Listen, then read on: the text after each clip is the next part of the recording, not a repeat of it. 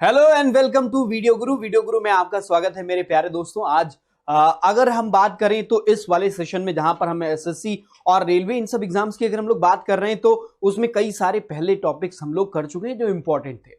आज का जो टॉपिक है मैं बोलूंगा कि फिर से ये बहुत इंपॉर्टेंट है। रीजन बिहाइंड कि आपके जितने भी अगर हम स्टेट लेवल एग्जाम की बात करें, रेलवे की बात करें या एसएससी की बात करें या फिर और जैसे लेखपाल हुआ या इस तरीके के जो छोटे एग्जाम होते हैं या फिर आप बात कर लें कि व्यापम की वैकेंसी से निकलने वाली कोई वैकेंसी उसका एग्जाम हो, तो उन सभी एग्जाम्स में इस टॉपिक से रिलेटेड क्वेश्चन मिलते ही मिलते हैं। और आपने अक्सर देखा होगा, अब आप खुद ही देख लीजिए टॉपिक क्या है, काउंटिंग फिगर्स। आपने देखा होगा कई अलग अलग तरीके की आकृतियां आती हैं, उसमें ट्रायंगल्स काउंट करना, स्क्वायर काउंट करना, रेक्टेंगल काउंट करना और कई बार लाइन को भी काउंट करना होता है। तो बेसिकली काउंटिंग फिगर वैसे ही है जैसे आप सोचो बचपन में ना हम लोग छोटे थे तो अखबार में मैच मेकिंग करते थे, जो है वो दो पिक्चर दी गई उसमें अंतर ढूंढना, इस टाइप की जो चीजें हम लोग करते थे वो बेसिकली हमारे एप्टीट्यूड के। तो वही काम यहां पे भी करना है। अब यहां पे देखिए कुछ आकृतियां रहती हैं। सबसे पहले मैं आपसे बता रहा हूं कि स्क्वायर की बात करें, एक तो आपने स्क्वायर काउंटिंग,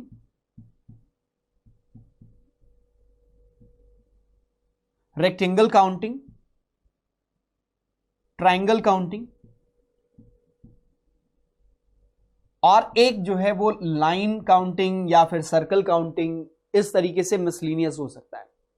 तो इस टाइप के क्वेश्चन हमारे एग्जाम में पूछे जाते हैं जो आप जानते हैं पहले से। अब हम लोग ये देखेंगे कि भाई कौन से टाइप के क्वेश्चंस को कैसे हैंडल करें। कई बार जो इमेज होती है वो बहुत ज्यादा कॉम्प्लिकेटेड होती है, लेकिन अगर आपका ऑब्जर्वेशन दैट इज प्रॉपर ना तो आप इजीली उसको कर ले जाओगे। आइए चलते हैं, आज हम लोग बात करने वाले हैं स्क्वायर काउंटिंग। तो सबसे पहले हम लोग स्टार्ट करेंगे कि स्क्वायर को कैसे काउंट करें। अब अगर आपको स्क्वायर काउंटिंग इजीली आ गई तो यकीन मानिए आप जो रेक्टेंगल काउंटिंग है वो भी इजीली कर ले जाएंगे। तो सबसे पहले तो देखेंगे स्क्वायर काउंटिंग। अब स्क्वायर आपको पता होगा कि स्क्वायर वो आकृति है जिसमें चारों साइड्स इक्वल होती हैं, मतलब हर तरफ जो है वो साइड्स क्या होती हैं, इक्वल होती हैं। तो अब ये स्क्वायर होता है। और यहीं पे थोड़ा डिफरेंट आ जाता है जब रेक्टेंगल की बात की जाती है। रेक्टेंगल की बात की जाती है तो वहां मैंडेटरी नहीं कि चारों साइड सेम हो, लेकिन आमने सामने की साइड्स जो है वो बराबर होनी चाहिए। ठीक है ना। तो ऐसे में क्या होता है, रेक्टेंगल थोड़ा कॉम्प्लिकेटेड इसलिए हो जाता है क्योंकि जो स्क्वायर होता है वो खुद में भी एक रेक्टेंगल भी होता है। तो रेक्टेंगल का एक स्पेसिफिक एरिया क्या कहलाता है, स्क्वायर कहलाता है। तो अब जब हम रेक्टेंगल काउंटिंग की बात करेंगे तो वहां पे स्क्वायर और रेक्टेंगल दोनों काउंट होते हैं। अब यहां पे क्योंकि स्क्वायर जितने भी होते हैं वो भी क्या होते हैं, रेक्टेंगल होते हैं। आइए बात करते हैं स्क्वायर काउंटिंग। सबसे पहले मैं आपके सामने एक एग्जांपल रखूंगा, उम्मीद करते हैं आप इसको कर ले जाओगे। यहां पे लिखा हुआ स्क्वायर टू स्क्वायर। रीजन क्या है कि आपने कई बार इमेजेस देखी होंगी कि जो इमेज आपकी मेन इमेज है वो इमेज अगर स्क्वायर ही खुद में भी स्क्वायर है और उसके अंदर कुछ कट लगाया गया और वहां पे स्क्वायर काउंट करना है तो ये होता है।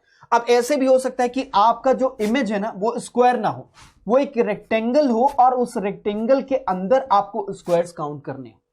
बात समझ में आ रही है ना। तो इस तरीके से हमने इसीलिए यहां पे लिखा हुआ है स्क्वायर टू स्क्वायर या फिर लिखेंगे रेक्टेंगल टू स्क्वायर। अब यहां पे जो आपके सामने इमेज है इसमें लिखा गया है how many squares are there, इसमें कितने स्क्वायर्स हैं। मैं आपसे सिर्फ एक बात बोलूंगा कि इसका तरीका जो है बहुत सिंपल है और आप करेंगे कैसे। हमेशा जब भी कोई इमेज मिले तो उसमें ऐसे कुछ कट्स लगाए गए होंगे। अब अगर वो स्क्वायर है और स्क्वायर के अंदर स्क्वायर के लिए बनाया गया तो ऐसे कट्स लगाए मिलेंगे। पहला काम आप क्या करिए कि वर्टिकली इस तरीके से और हॉरिजॉन्टली ये पता लगा लीजिए कि कितने पार्ट में उस इमेज को वर्टिकली डिवाइड किया गया और कितने में हॉरिजॉन्टली डिवाइड किया गया। तो वर्टिकली देखिए तो हम यहां पे नंबर लिख सकते हैं 1 2, ऐसा लिख सकते हैं। ऐसे लिखना भी आपको है, लिखना इन द सेंस कि आपको अपने दिमाग में लिखना है। अब हम हॉरिजॉन्टली बात करें तो यहां पे भी 1 2 कर सकते हैं। ऐसी परिस्थिति में आपको करना क्या होता है, वर्टिकल इनटू हॉरिजॉन्टल और सीक्वेंस में मल्टीप्लाई करते हैं। कैसे करेंगे देखो, आपको करना क्या है, यहां पे आपने लिखा 1, यहां लिखा 2, यहां 1 अगेन, यहां पे 2। तो आप करेंगे क्या कि आखिरी दो नंबर, वर्टिकल के आखिरी नंबर को हॉरिजॉन्टल के आखिरी नंबर से मल्टीप्लाई करेंगे, मींस 2 इंटू 2 कितना बना लेगा, 4 बना लेगा। अब इसके पहले भी वर्टिकल वाले में एक नंबर है वो है 1, भाई 2 और 2 को लास्ट को मल्टीप्लाई कर लिया। अब सेकंड लास्ट को देखते हैं, तो सेकंड लास्ट में 1 है और 1 दोनों में ही कॉमन है, तो 1 इंटू 1 कर देंगे, मतलब अगला हमारा क्या बनेगा 1 इंटू 1, और ये क्या बना लेगा 1 बना लेगा। अब इस 4 और 1 को ऐड कर देंगे, कितना बना लेगा 5 बना लेगा। अब इसका ये शॉर्ट ट्रिक है। अब अगर हम इसको काउंट करने जाएंगे ना, तो आप देखो ये नंबर 1 है, ये नंबर 2 है, ये नंबर 3 स्क्वायर है और ये नंबर 4 स्क्वायर है, और एक सबसे बड़ा वाला स्ट्रक्चर ये भी एक स्क्वायर बना रहा है, तो ये नंबर 5 स्क्वायर हो गया। क्लियर? तो इस तरीके से हमें क्या करना है, आखिरी के 2 नंबर्स को मल्टीप्लाई करिए, फिर उससे पहले वाले दोनों नंबर्स को मल्टीप्लाई करिए, मतलब हॉरिजॉन्टली और वर्टिकली दोनों के नंबर्स को मल्टीप्लाई करना है, पीछे से स्टार्ट करके। अब जरा कॉम्प्लिकेशन और खत्म। तो यहां पे कितना बना 5 बना। अब इसको करेंगे कैसे, फिर से देख लो 1 2 1 2। अब एक बात ऐसे भी कह सकते हो कि अगर स्क्वायर टू स्क्वायर है ना, तो नंबर्स का स्क्वायर कर दो, मतलब 1 2 खाने बने तो 1 का स्क्वायर प्लस 2 का स्क्वायर कर दें तो कितना बना लेगा 5 बना लेगा। सिंपल सी बात है, बात समझ में। अब आगे बढ़ते हैं, अपने अगले क्वेश्चन को देखते हैं, थोड़ा सा इससे ज्यादा कॉम्प्लिकेटेड है। इस वाले में कह रहे हैं how many squares are there, कितने स्क्वायर हैं। तो इसमें सबसे पहले हम लोग लिख लेते हैं 1 2 3, और फिर वर्टिकली भी लिखेंगे 1 2 एंड 3। अब मैंने आपसे कहा कि आखिरी के आखिरी नंबर को मल्टीप्लाई करो वर्टिकल और हॉरिजॉन्टल के, तो 3 इंटू 3 करेंगे, कितना बन जाएगा 9 बन जाएगा। अब अगर हम इसको करना चाहें तो 9 प्लस क्या करेंगे 2 इंटू 2 करेंगे, 2 इंटू 2 करेंगे तो कितना बनाएगा 4 बना लेगा। फिर अब 1 दोनों में कॉमन है तो 1 इंटू 1 1 बना लेगा। अब ये कितना बन गया 14 बन गया। 9 प्लस 1 10 4 14, तो हमारा आंसर क्या हो जाएगा 14 हो जाएगा। अब इसके लिए हमने आपको बताया कि अगर स्क्वायर से स्क्वायर है तो पहले इसको पार्ट्स में चेक कर लो कितने पार्ट्स हैं। एक हमें 3 पार्ट दिख रहे हैं, दोनों तरफ कॉमन ही होता है, बराबर पार्ट्स होते हैं, क्योंकि स्क्वायर को स्क्वायर में काटा जाएगा तो बराबर ही बनेगा, उतना जितना इस तरफ उतना ही इस तरफ बनेगा। तो आप देखो 1 2 3 1 2 3, तो आप क्या करो 1 का स्क्वायर कर दो प्लस 2 का स्क्वायर कर दो प्लस 3 का स्क्वायर कर दो और इन सबको ऐड कर दो। तो 1 का स्क्वायर 1 प्लस 2 का स्क्वायर 4 प्लस 3 का स्क्वायर कितना हो गया 9। अब 9 प्लस 1 10 4 14, तो हमारा क्या बन गया 14 बन गया। बात समझ में? तो ऐसे कर लो या फिर आप ऐसे समझ लो, बात वही है जो काम हम यहां पे कर रहे हैं, वही हम आपको यहां पे दिखा रहे हैं कि आखिरी को आखिरी से, सेकंड लास्ट को सेकंड लास्ट से। आगे चलते हैं अपने अगले क्वेश्चन पे, स्क्वायर टू स्क्वायर पे ही। फिर से मैं बोलूंगा 1 2 3 4 और यहां पे भी लिख लो 1 2 3 एंड 4। अब फिर से 4 4 को मल्टीप्लाई करोगे, इसका मतलब सीधे 1 का स्क्वायर कर लो प्लस 2 का स्क्वायर कर लो प्लस 3 का स्क्वायर कर लो और प्लस 4 का स्क्वायर कर लो, यही ना। तो 1 का स्क्वायर कितना आ गया 1 आ गया, 2 का स्क्वायर कितना हो गया 4 हो गया, 3 का स्क्वायर 9 हो गया और प्लस 4 का स्क्वायर कितना हो गया 16 हो गया। अब इन सबको हम लोग ऐड कर रहे हैं 14 प्लस 16, तो 14 प्लस 16 करेंगे कितना बन जाएगा 30 बन जाएगा। इसका मतलब इसमें नंबर ऑफ स्क्वायर कितने हैं 30 हैं। ये बात क्लियर हुई? इतना क्लियर हो ना। तो करना कुछ भी नहीं, स्क्वायर से अगर हमें स्क्वायर निकालना है तो 1 2 3 4 जैसा भी जितने भी पार्ट्स बन रहे हैं हॉरिजॉन्टली वर्टिकली काउंट करोगे बराबर ही मिलेगा। जो बराबर मिले तो समझ जाओ 1 का स्क्वायर 2 जितने पार्ट्स हो 1 का स्क्वायर प्लस 2 का स्क्वायर प्लस 3 का स्क्वायर प्लस 4 का स्क्वायर और प्लस 5 भी हो तो प्लस 5 का स्क्वायर, अगला भी कर सकते हैं, ठीक है ना। अब आगे चलते हैं अपने अगले क्वेश्चन की तरफ। नेक्स्ट क्वेश्चन देखिए, ये आपके सामने रहा। इस वाले क्वेश्चन में इसको थोड़ा पॉज करिए और इसको खुद से सॉल्व करने की कोशिश करिए। आइए बात करते हैं इसके बारे में। तो देखो यहां पे इस वाले क्वेश्चन में बस ये चीज है कि इसको कॉम्प्लिकेटेड बनाने के लिए इन्होंने एक स्क्वायर के अंदर एक छोटा स्क्वायर एक छोटा स्क्वायर, आप ऐसे समझ सकते हो कि एक बड़े डब्बे के अंदर उससे छोटा डब्बा उसी का रेप्लिका है पर साइज में छोटा है, फिर उससे छोटा ऐसे करके रखा गया हो। अब यहां पे कुछ नहीं करना, आप सिर्फ एक इमेज को सोचो। ये इमेज कौन सी है? ये वाली। इस इमेज में 1 2 और 1 2, तो हमने क्या कहा था 1 का स्क्वायर प्लस 2 का स्क्वायर। अब 1 का स्क्वायर कितना हो गया 1 और 2 का स्क्वायर कितना हुआ 4, कितना बन गया 5 बन गया। तो यहां पे अब हमें देखने को मिल रहा है कि 5 तो एक स्ट्रक्चर में बनेगा। तो अब समझो बड़ा वाला जो स्ट्रक्चर है उसमें 5 है, उससे छोटे वाले स्ट्रक्चर में भी 5 है और उससे छोटे वाले स्ट्रक्चर में भी कितने मिलेंगे 5 मिलेंगे। तो 5 3 जा मतलब 3 ऐसे स्ट्रक्चर हैं जो एम्बेडेड हैं, तो 5 इंटू 3 कर देंगे कितना आ जाएगा 15। So the correct answer will be what 15 squares. Clear? अब यहां पे भी स्क्वायर से स्क्वायर था।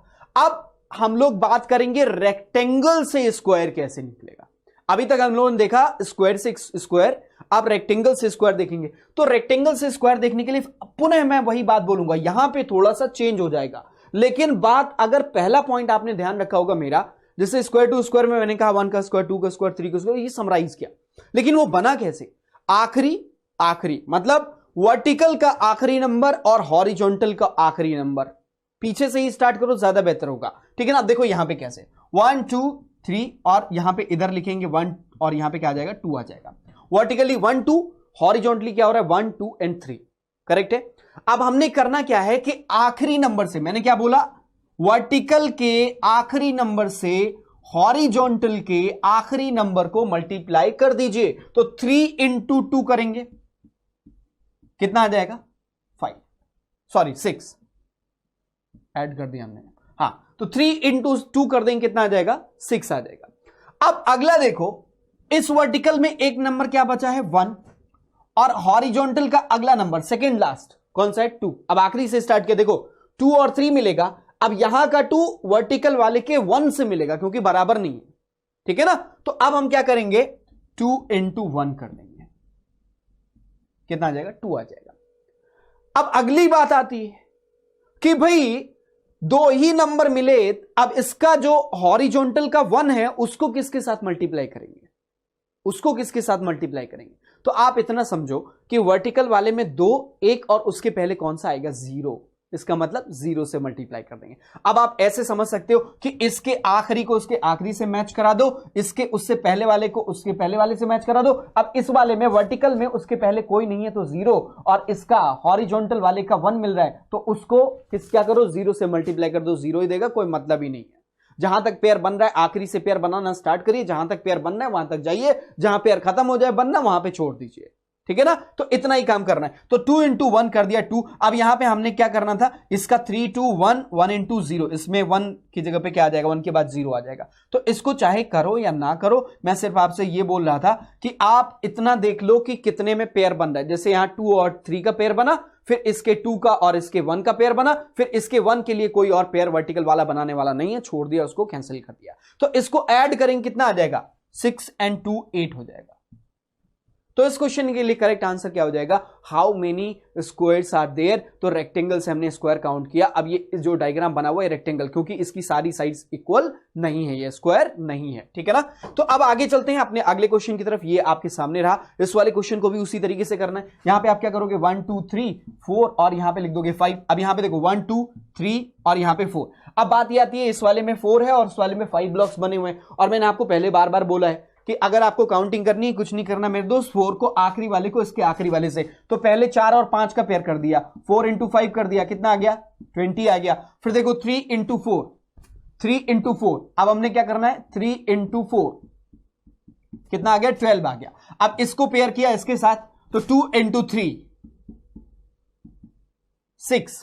फिर हमने क्या किया, अब देखो इस वाले का 1 और इस वाले का 2, ठीक, अगला पेयर, तो हमने क्या कर दिया 1 इंटू 2 कर दिया।